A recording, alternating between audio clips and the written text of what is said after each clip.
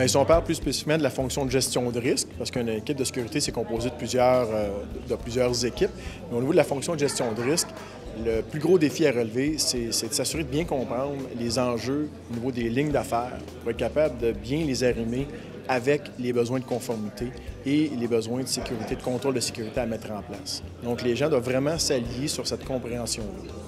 Bien, écoutez, historiquement, la fonction de gestion de risque était souvent très impliquée plus vers le milieu ou la fin des projets pour faire des analyses de risque sur ce qui allait être implanté, un projet ou une solution, quoi que ce soit. À ce moment-là, on identifiait des risques souvent mineurs, mais très souvent aussi majeurs ou critiques. Généralement, dans les entreprises, quand tu identifies des risques critiques ou des risques majeurs, c'est un peu un showstopper pour le projet. On doit dire, écoute, il faut adresser ce risque-là avant.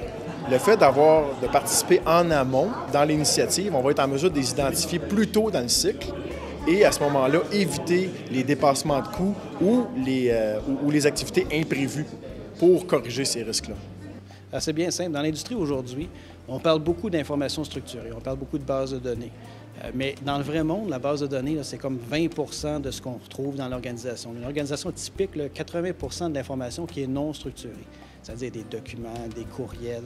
Puis cette information-là, il faut la gérer en quelque sorte. C'était ça l'objectif de la présentation aujourd'hui. L'Information Rights Management, les droits numériques, c'est-à-dire qu'on veut associer une sécurité à chaque document, non seulement à l'intérieur de l'organisation, mais quand on l'envoie à l'extérieur aussi. Donc, on prend un document, si on l'envoie à l'extérieur à un de nos partenaires, bien, les droits de sécurité restent attachés. Quand le partenaire veut l'ouvrir, on valide les droits, s'il peut toujours l'ouvrir, s'il peut l'imprimer, s'il peut le modifier, etc. Il est toujours conservé centralement chez nous.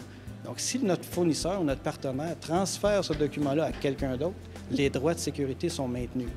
Donc, à ce moment-là, on conserve l'intégrité du document chez nous.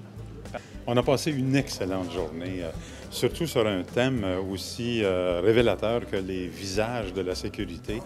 Et ce qui était sous-entendu, c'est qu'il faut se méfier des apparences. Et je trouve que ça rend bien, de façon générale, les thèmes qui ont été développés aujourd'hui sur la sécurité, le rôle des personnes, les invités spéciaux que nous avons eus de Scotland Yard qui ont démontré qu'après beaucoup d'efforts, ils ont réussi non seulement à inculper, mais à faire condamner des terroristes d'Internet. Oui, je pense que c'est une occasion de réseautage absolument extraordinaire aussi entre tout le monde. Là. Moi, je suis très content. Et comme on a 275 à 300 personnes, je trouve que c'est un bon succès. Les gens ont l'air contents.